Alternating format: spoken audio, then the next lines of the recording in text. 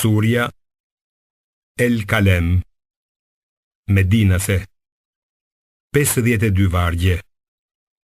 Bismillahirrahmanirrahim. Me emrin e Allahut, të gjithë mëshirshmit, mëshirë plotit. Nun.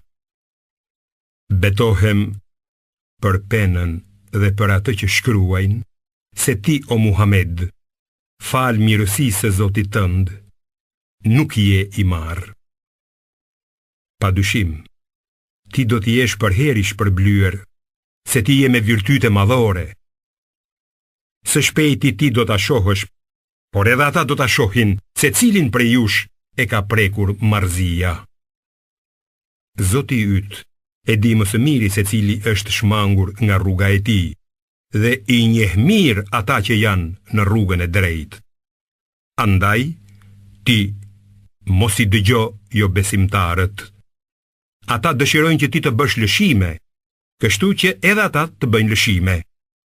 Por ti, mos ju bind çdo betari të përçmuar, shpifaraku që përhap thashe theme, penguesi veprash të mira, shkelsi dhe keqbërsi, të ashpri, që veç kësaj është edhe kopil, vetëm se është i pasur dhe ka shumë djem.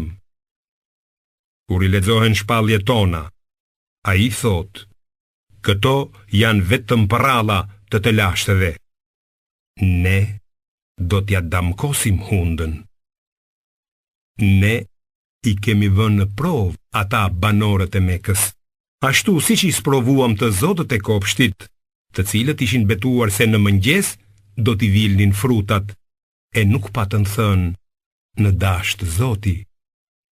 Kështu kopshtin e goditi një fatkeqësi nga Zoti yt, ndërkohë që ata po flinin, dhe gdhiu si i kositur.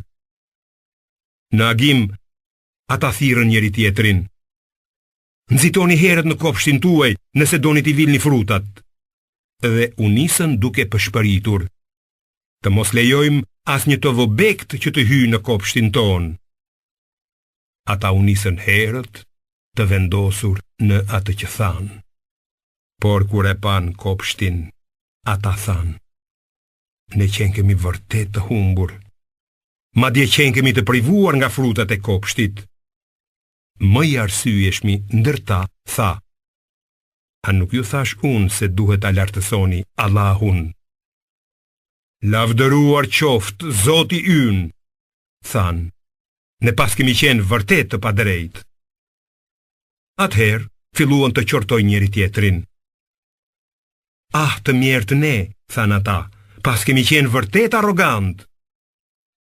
Zoti ynë mund të na jap një kopsht më të mirë, po të kthehemi të penduar tek ai.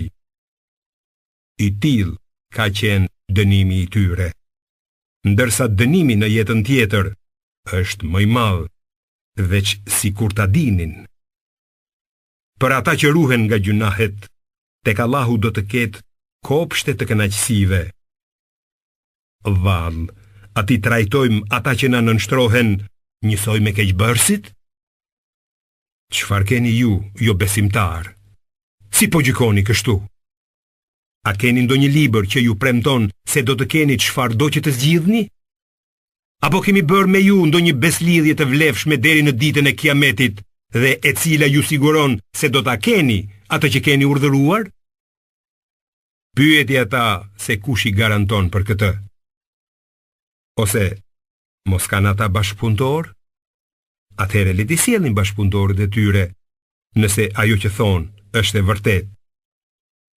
Ditën e Kiametit, kur të zbulohen shumë ngjarje të frikshme, ata do të thirren që të parulen në sejdë, por nuk do të munden. Të ulura do të jenë shikimet e tyre dhe do t'i mbuloj poshtërimi, sepse kanë qenë të ftuar të përuleshin në sejdë, sa qenë shëndosh, dhe nuk kanë pranuar. Prandaj, më lër mua me ata që e mohojnë këtë fjalë, Kuranin. Ne do t'i çojmë ata hap pas hapi drejt rënimit të tyre, me mënyra që ata nuk i kuptojnë, dhe do t'u japim atyre afat. vërtet që kurthi im është i fortë. A mos po kërkon shpërblim prej tyre, kështu që qenë kanë të rënduar nga borxhet, apo ata e din të padukshmen, kështu që e shkruajnë? Prandaj, duro për gjykimin e Zotit tënd, dhe mos u bëj si njeriu i peshkut, Yunusi a.s. kur ju lutë Zotit e vet i dëshpëruar në barkun e balenës. Sikur të mos i vinte mëshira prej Zotit tënd, ai do të hidhej në një shkret të tir, i fajsuar. Por Zoti i tij e zgjodhi dhe e futi me punë drejtët. Kur dëgjojnë Kuranin, mohuesit sa nuk të hanë me shikimet e tyre dhe thonë: ai është vërtet i marrë. Por Kurani është vetëm këshill për botët.